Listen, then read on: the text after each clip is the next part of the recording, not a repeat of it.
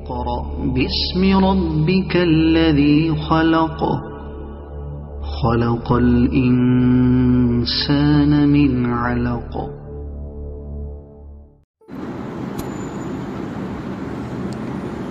الحمد لله رب العالمين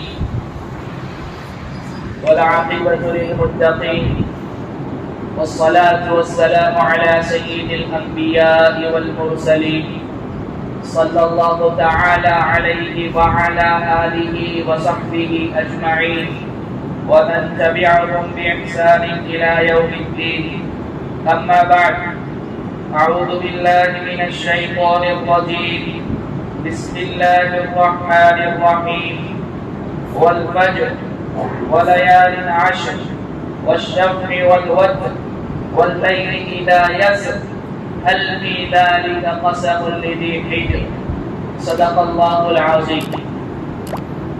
درود شریف پڑھ لیں. اللهم صل على محمد وعلى آل محمد كما صليت على إبراهيم وعلى آل إبراهيم إنك حميد مجيد. اللهم بارك على محمد وعلى آل محمد كما باركت على إبراهيم وعلى آل إبراهيم إنك حميد مجيد. میرے عزیزوں، پیاروں، بزرگوں،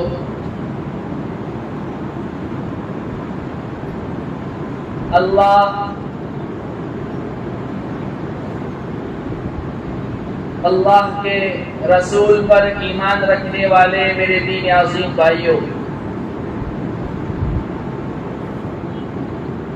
گزشتہ ہفتے یہ جو مبارک عشرہ چل رہا ہے اس کے تعلق سے گفتگو کی گئی تھی. چند اعمال ہیں جو ہمیں ان بقیہ ایام میں کرنے ہیں، لہذا آج انشاءاللہ تعالی انہی باتوں پر گفتگو ہوگی. دعا کریں اللہ مجھے حق بات حق طریقے سے حق نیت سے کہنے کی توفیق عطا فرماوے، اور ہم تمام کو عمل کی نیت سے، یاد رکھنے کی نیت سے، دوسروں تک پہنچانے کی نیت سے سننے کی توفیق عطا فرماوے. خطبے میں پارہ سورہ والفجر کی ابتدائی چند آیتوں کی تلاوت کی گئی، جس میں اللہ رب العزت نے ان ایام کی راتوں کی قسمیں کھائی ہے. والفجر، قسم ہے فجر کی، اور بعض مفسرین نے بتلایا کہ فجر سے مراد ذوالحجہ کی پہلی رات کی جو فجر ہوتی ہے یہ مراد ہے. ولیال عشر، اور 10 راتوں کی یہ جو بھی چل رہی ہے، جیسے آج 9ویں رات آئے گی. والشفع، اور 10 ذوالحجہ کے دن کی. والوتر، اور 9 ذوالحجہ کے دن کی جو کہ آئندہ کل آنے والا ہے. واللیل اذا یسر، اور اس رات کی جب وہ چل کھڑی ہو، یعنی 9ویں اور 10ویں کے درمیان. هل فی ذلک قسم لذی حجر، کیا کسی صاحب عقل کے لیے، اس کو یقین دلانے کے لیے یہ قسمیں کافی نہیں ہیں؟ میرا عزیزو، یہ بڑے مبارک ایام ہیں جن میں ابھی ہم چل رہے ہیں، چند دن مزید اس کے باقی ہیں. یہ اتنے مبارک ایام ہیں کہ احادیث میں اس کی بڑی تاکید آئی ہے. آپ علیہ السلام نے ارشاد فرمایا، ایک روایت میں ہے کہ دنیا جہاں کے ایام میں سب سے افضل ایام ذوالحجہ کے 10 دن ہیں. اور عرب علماء، اسی طریقے سے ہمارے علماء ہند میں سے، ہندوستان کے علماء میں سے علامہ انور شاہ صاحب کشمیری رحمۃ اللہ علیہ نے انوار الباری میں، اور شیخ الاسلام والمسلمین حضرت مفتی محمد نقی عثمانی صاحب دامت برکاتہ علیہ نے اپنی بخاری کی شرح انعام الباری میں وہ روایت جس کے راوی سیدنا عبداللہ ابن عباس رضی اللہ عنہما ہیں، فرماتے ہیں کہ اللہ کے نبی پاک صلی اللہ علیہ وسلم نے ارشاد فرمایا کہ بندوں کے عبادت کے اعمال، بندے جو نیک اعمال کی ایام میں کرتے ہیں، وہ اللہ کو اتنے محبوب ہیں جتنے دیگر ایام میں اگر کوئی نیک اعمال کرے تو اللہ کو اتنے محبوب نہیں۔ آپ نے جب یہ بات ارشاد فرمائی تو صحابہ نے پوچھا یا رسول اللہ کیا جہاد فی سبیل اللہ بھی افضل نہیں؟ کیونکہ ان کے نزدیک سب سے بڑا عمل جہاد تھا، اپنی جان مال سب کچھ لٹا دینا۔ لہذا سوال کیا کیا جہاد فی سبیل اللہ بھی افضل نہیں؟ آپ نے فرمایا ہاں جہاد فی سبیل اللہ بھی افضل نہیں، الا یہ کہ کوئی آدمی اپنا مال ساز و سامان اپنی جان لے کر نکل جائے اور وہ واپس نہ آئے تو پھر وہ مجاہد جو ہے وہ افضل ہے۔ اس سے پتا چلتا ہے کہ کتنے مبارک ایام ہیں۔ اس حدیث کی تشریح میں ہمارے دو بڑے اکابر علامہ انور شاہ صاحب کشمیری رحمۃ اللہ علیہ، مفتی محمد تقی عثمانی صاحب دامت برکات والا، انہوں نے یہ بات لکھی ہے کہ دینوں کے اعتبار سے رمضان کے مقابلے میں یہ ایام یہ افضل ہے، اور راتیں ان راتوں کے مقابلے میں رمضان کی راتیں افضل ہیں۔ آپ اس سے اندازہ لگائیں یہ کتنے مبارک ایام ہیں، لیکن عام لوگ اس سے ناواقف ہیں۔ جو علماء ہیں وہ تو جانتے ہی ہیں کہ یہ کتنے مبارک ایام ہیں، لیکن عوام اس سے ناواقف ہیں۔ میرے عزیزو یہ بڑے بابرکت ایام ہیں۔ انسان جو بھی نماز پڑھتا ہے، جو بھی صدقہ کرتا ہے، جو بھی قرآن کی تلاوت کرتا ہے، ذکر تلاوت تسبیح کا اہتمام کرتا ہے، یہ ان ایام میں اگر انسان کرتا ہے اور دوسرے ایام میں کرے تو دوسرے ایام میں کرنے کے مقابلے میں ان ایام میں کرنے کی فضیلت زیادہ ہے اور یہ اللہ کو زیادہ محبوب ہے۔ شیخ ابن عثیمین رحمۃ اللہ علیہ نے تو یہ بات لکھی کہ ایک شخص رمضان کے عشرے میں 2 رکعت نفل پڑھے اور ایک شخص ان ایام میں 2 رکعت نفل پڑھے تو کس کی 2 رکعت نفل افضل ہے، پہلے والے کی یا دوسرے والے کی؟ تو انہوں نے بتلایا کہ ان ایام میں جو 2 رکعت نفل پڑھتا ہے رمضان میں پڑھی جانے والی 2 رکعت سے افضل ہے۔ آپ اس سے اندازہ لگائیں کتنے مبارک ایام ہیں، لیکن ہم لوگ غفلت میں ہیں۔ میرے عزیزوں یہ بڑے بابرکت ایام ہیں، اور ایک روایت میں ہے آپ نے جب ان ایام کی فضیلت بتلائی اس کے بعد آگے آپ نے ارشاد فرمایا لہذا ان ایام میں خوب اللہ کی تسبیح بیان کرو، سبحان اللہ کہو، خوب اللہ کی تکبیر بیان کرو، اللہ اکبر کہو، خوب اللہ کی تحمید بیان کرو، الحمدللہ کہو، خوب اللہ کی تحلیل بیان کرو، لا الہ الا اللہ کی کثرت کرو۔ لہذا علماء فرماتے ہیں ان ایام میں کثرت سے تیسرا کلمہ پڑھنا چاہیے، کثرت سے تیسرا کلمہ پڑھنا چاہیے۔ بہرحال ان ایام کے کچھ اعمال ہیں جن کو بیان کرنا آج مقصود ہے۔ گزشتہ ہفتے بھی ان باتوں کے اوپر روشنی ڈالی گئی تھی۔ اب جیسا کہ ایک روایت میں آپ نے فرمایا ان ایام کا ایک روزہ 1 سال کے روزوں کے برابر ہے، پہلی سے لے کر 9ویں تک ایک روزہ 1 سال کے برابر، اور ایک رات کی عبادت کا ثواب لیلۃ القدر میں عبادت کرنے کے ثواب کے بقدر ہے۔ اب جو ایام بچے ہیں، جو غفلت کوتاہی کاہلی میں سستی ہو گئی اس کو پیچھے چھوڑ کر اللہ سے توبہ استغفار کریں۔ اب جو جتنے ایام بچے ہیں ان کی خوب قدر کر لیں،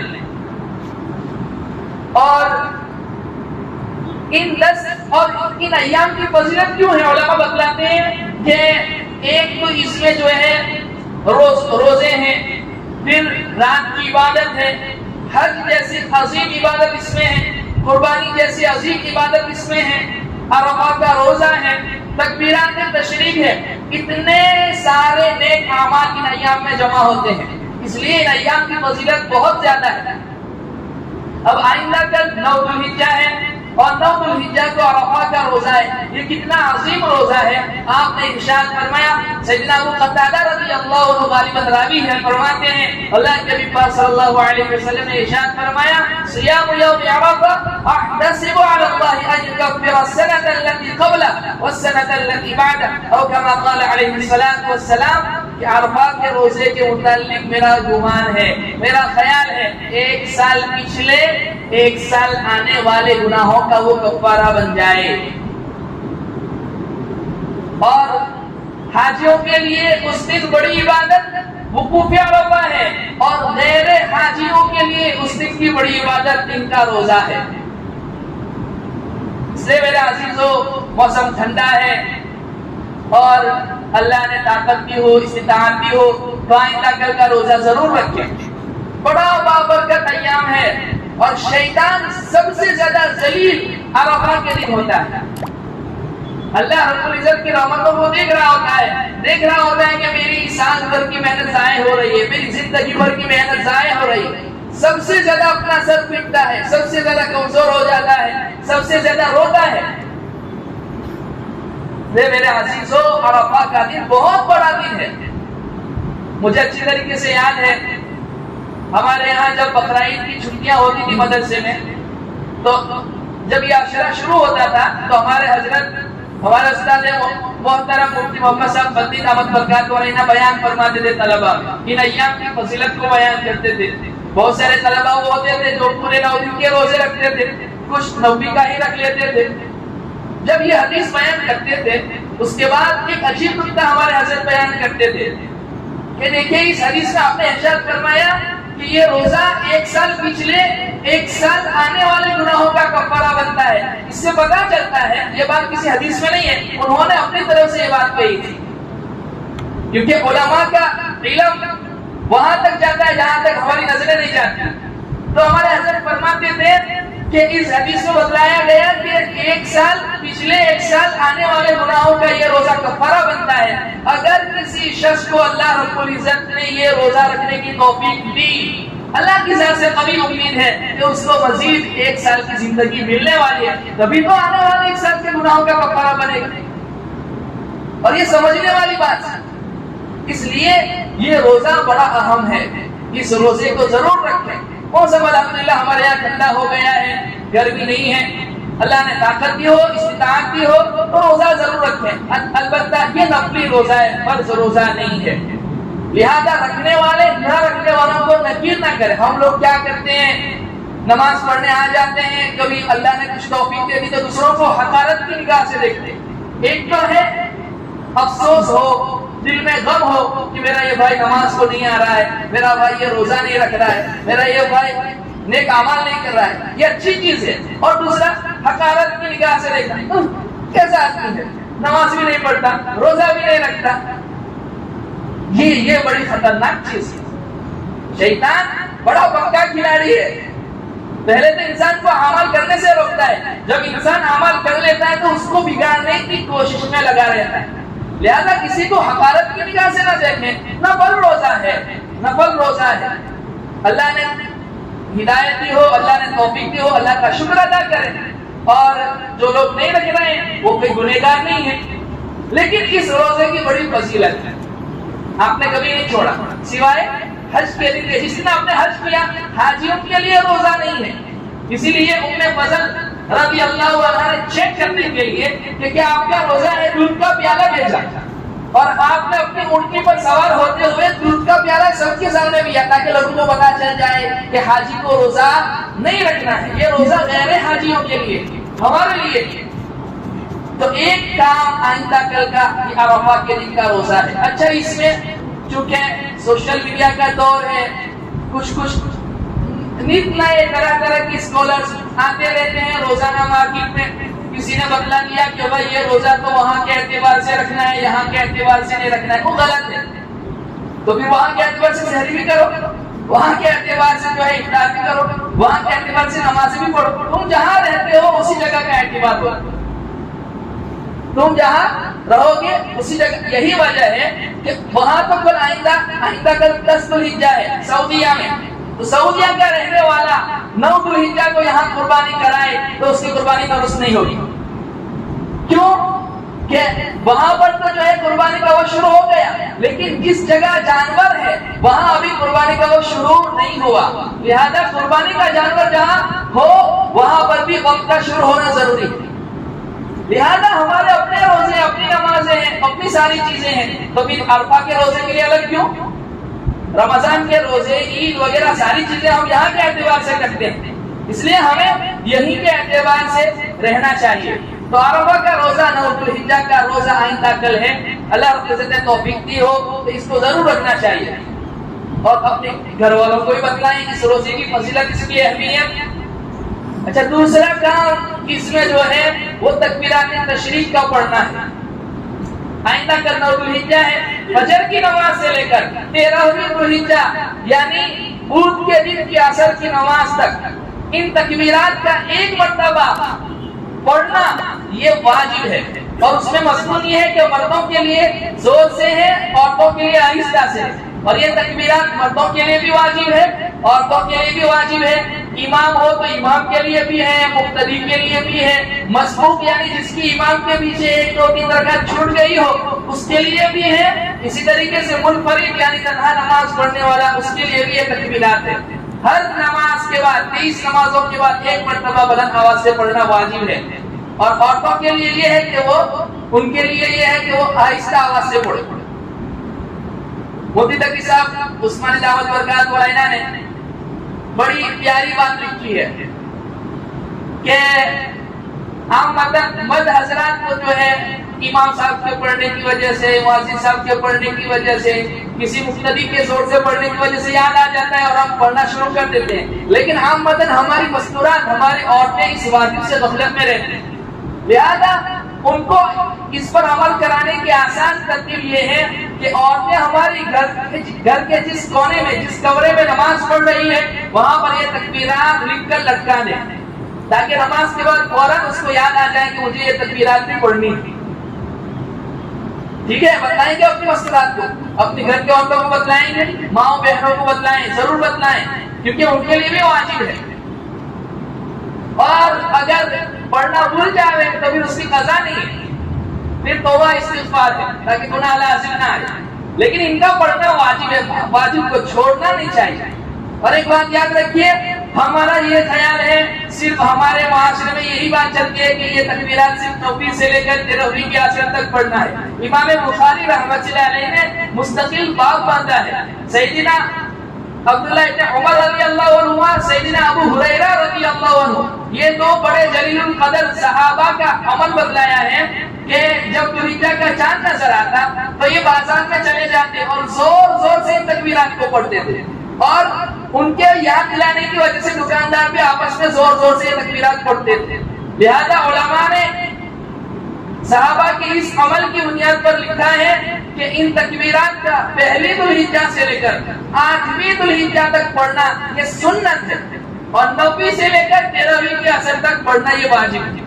لہذا اٹھتے بیٹھتے چلتے پھرتے جیسا ہی موقع ملا، لفٹ میں اوپر آ رہے ہیں، نیچے جا رہے ہیں، کسٹمر نہیں ہے، موقع مل گیا فوراً اللہ اکبر لا الہ الا اللہ واللہ اکبر وللہ الحمد، اللہ اکبر لا الہ الا اللہ واللہ اکبر وللہ الحمد۔ یاد نہیں ہے تو کلمات کو یاد کر لیں، بڑے پیارے کلمات۔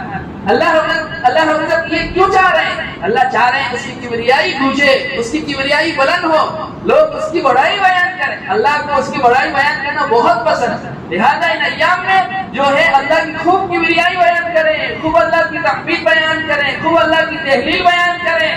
ہاں، اور جو ہے ہمارے یہاں لکھا جاتا ہے کہ مرد حضرات بھی جو ہے زور سے نہیں پڑھتے، جبکہ مردوں کے لیے زور سے پوری ایک سب ہوتی ہے، 1.5 سب ہوتی ہے، پھر بھی آواز نہیں نکلتی۔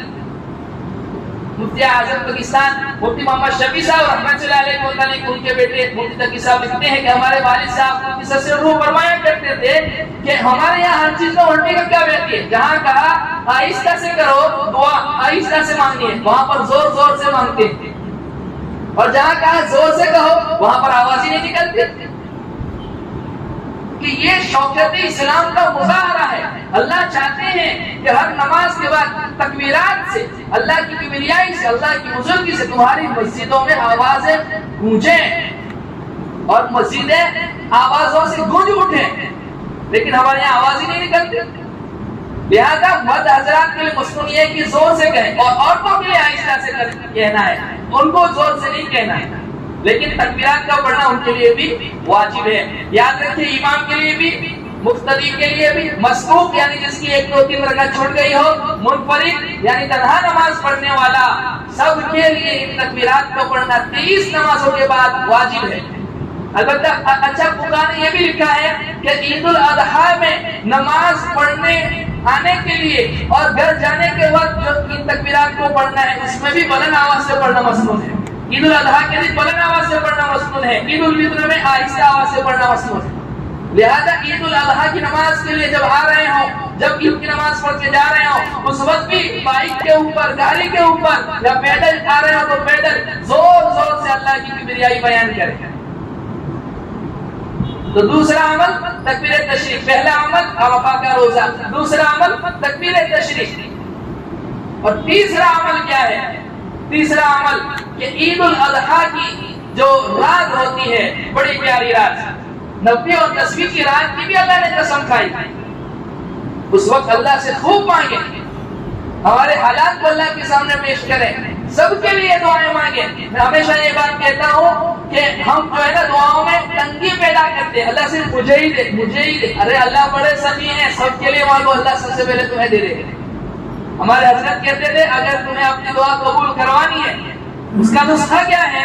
سب کے لیے وہ چیز مانگو جس کی تمہیں ضرورت ہے. اللہ سب سے پہلے تمہیں دے گا. میرا بندہ اس سے زیادہ سخی بننا چاہتا ہے، لہٰذا سب کے لیے مانگو، اپنی دعا میں وسعت پیدا کرو. اور عام صرف مومنوں کے لیے نہیں، تمام انسانوں کے لیے مانگو. ہدایت دینا اللہ کا کام ہے، مانگنا ہماری ذمہ داری. سب کے لیے اللہ سے مانگیں، بھائی چارہ مانگے، محبت مانگے، مودت مانگے، اختلاف، انتشار، نفرتیں، عداوتیں یہ ختم ہو جائے، اس کے لیے اللہ سے خوب دعائیں مانگیں. تو 10ویں کی رات یہ کوئی معمولی رات نہیں ہے. سنیچر اور اتوار کے درمیان کی جو رات ہے بڑی مبارک ہے، اور آج کی جو رات ہے وہ بھی بڑی بابرکت رات ہے، اور آج کا دن بھی بڑا بابرکت ہے، یاد رکھیے. اور پھر عید الاضحیٰ کی نماز کے لیے آنا، اس کے لیے جو سنتیں ہیں انشاءاللہ تعالیٰ گروپ وغیرہ میں ڈال دوں گا، بتلا دوں گا. اور عید الاضحیٰ کی نماز پڑھنا یہ بھی واجب ہے. اور اس کے بعد سب سے بڑا عمل قربانی ہے. قربانی کسے کہتے ہیں؟ قربانی یہ قربان سے نکلا ہے، اور قربان قرب سے نکلا ہے، یعنی وہ چیز جس کے ذریعے اللہ کا تقرب حاصل کیا جائے. قربانی جانور کے گلے پر چھری پھیرنا اور خون کو بہا دینا، چاہے ہماری عقل میں آوے یا نہ آوے. دیکھیے کبھی کبھار انسان تو سوچتا ہے کہ اللہ رب العزت کی طرف سے اس چیز کا حکم ملا ہے، میری عقل میں نہیں آتا ہے. بھائی تیری عقل پر چل کر اللہ کے حکم کو پورا کرنے کا نام دین نہیں ہے، دین شوق پورا کرنے کا نام نہیں ہے. تمہاری سمجھ میں آوے یا نہ آوے. ابراہیم علیہ السلام نے اللہ سے یوں نہیں کہا کہ اللہ بیٹے کو ذبح کرنا باپ کے ذریعے عقل کے خلاف ہے، کیسے ہو سکتا ہے، ایسا نہیں کہا. کہ اللہ ناراض نہ ہونا، ایک اسماعیل کا ہزاروں اسماعیل تجھ پر قربان ہے. اللہ اکبر. اور اللہ نے ان کی اس سنت کو زندہ کر دیا قیامت پر. کیا اللہ سے عشق، کیا اللہ سے محبت. خلیل اللہ کا ٹائٹل ایسے ہی نہیں دیا، آزمایا ہے. انشاءاللہ تعالیٰ اس کے اوپر تفصیلی گفتگو عید الاضحیٰ کے دن کروں گا. کیسے امتحانات ہوئے ابراہیم علیہ السلام، زبردست امتحانات کیے. پورے گھر والوں کا امتحان ہوا، بیٹوں کا بھی ہوا، بیوی کا بھی ہوا، خود کا ہوا. اللہ اکبر. ابھی کوئی یوں کہے مغرب کی 3 رکعت کیوں ہے، 4 رکعت ہونی چاہیے. اگر تو یوں کہتی ہے 3 کا عدد کوئی بے تکا سا ہے، 4 کا ہو جاوے، 1 رکعت پڑھیں گے ثواب زیادہ ملے گا. نہیں، اللہ نے کہا 3 تو 3. وضو میں 4 ایسا کیوں دھونے ہیں بھائی پورے بدن کے اوپر پانی بہا دیا جائے؟ نہیں، بس اللہ نے 4 کہا تو 4 ایسا. ہماری عقل میں آوے یا نہ آوے. اس لیے قربانی کے ایام میں ایک شوشہ اور چھوڑا جاتا ہے کہ مسلمان اتنا سارا پیسہ خون کی شکل میں نالیوں میں بہا کر کیوں ضائع کر دیتے ہیں. یہ اللہ کا حکم ہے. اور یاد رکھیے قربانی کے دنوں میں 10, 11, 12 3 دن قربانی کے دن ہیں. ان ایام میں سب سے افضل عمل اللہ رب العزت کے نزدیک جو ہے وہ جانور کے گلے پر چھری پھیرنا اور خون بہانا. اس سے بڑا کوئی عمل نہیں. اور حدیث میں یہ ارشاد فرمایا خون کا قطرہ پڑنے سے پہلے اللہ اس کی مغفرت فرماتے ہیں. ماں بقیہ منت اس کے درجات بلند ہوتے ہیں. لہذا یوں کہنا اچھا اس میں دیکھا جائے اپنے اعتبار سے بہت سارے فائدے ہیں. اللہ کا کوئی حکم جو ہے حکمت فصلیت سے خالی نہیں ہے. اس میں دنیاوی فائدے بھی ہیں، اخروی فائدے بھی ہیں. جو حضرات جانور پالتے ہیں ان کا دھندا ہو جاتا ہے، ان کا بزنس ہو جاتا ہے، کاروبار ہو جاتا ہے، ان کو پیسے مل جاتے ہیں. قربانی کرنے والوں کی قربانی ہو جاتی ہے، کسائیوں کی دکانیں چل پڑتی ہیں، جانور کی کھالیں استعمال کر کے ان لوگوں کا فائدہ ہو جاتا ہے. بے شمار فوائد ہے اس. سوچے تو صحیح, سمجھے تو صحیح. لہذا یوں کہنا کہ میں تو جو ہے, اور اچھا وہ شوشہ چھوڑنے والے شوشہ بھی کتنا اچھا چھوڑتے ہیں کہ قربانی کرنے کے بجائے کسی غریب کی بیٹی کی شادی کرا دو, صدقہ کر دو. بلا جگہ ٹنکی نہیں ہے, پانی کے لیے ٹنکی بنوا دو. ارے بھائی, پانی کی ٹنکی بنوانا ضرورت مندوں کے لیے بے شک بہت اچھی چیز ہے. کسی غریب کی بیٹی کی شادی کرنا بہت اچھی چیز ہے, لیکن پہلے یہ کرو. اللہ نے توفیق دی تو نفلی قربانی کی بجائے پھر وہ چیز کرو. اس لیے سمجھیں, اس بات کو سمجھیں اللہ کو کیا مطلوب ہے, میرا اللہ اس سے کیا چاہتا ہے. اللہ کی قسم 60 سال 70 سال 80 سال زندگی گزارتے ہیں, کبھی تنہائی میں ہم نے یہ نہیں سوچا میرا رب مجھ سے کیا چاہتا ہے, میرے رب کی چاہت کیا ہے, مجھے کیوں بھیجا ہے میرے رب نے مجھے. ہم ہمیشہ یہ سوچتے میرے رب نے یہ حکم کیوں دیا. بھائی اس کے پیچھے عقلی گھوڑے دوڑانے کی ضرورت نہیں ہے. سمجھ میں آ رہی ہے نا ہمیں؟ ہاں, نماز پڑھنا سمجھ میں نہیں آتا ہے تو کیا نماز نہیں پڑھیں گے؟ روزہ رکھنا سمجھ میں نہیں آتا تو روزے نہیں رکھیں گے؟ حج کرنا سمجھ میں نہیں آتا تو حج نہیں کریں گے؟ حج اور قربانی یہ دونوں عبادتوں میں اللہ نے جگہ جگہ اس بات کو بتلایا کہ تمہاری سمجھ میں آوے یا نہ آوے, ہمارے حکم کو پورا کرنے کا نام دین ہے, تمہارا شوق پورا کرنے کا نام دین نہیں.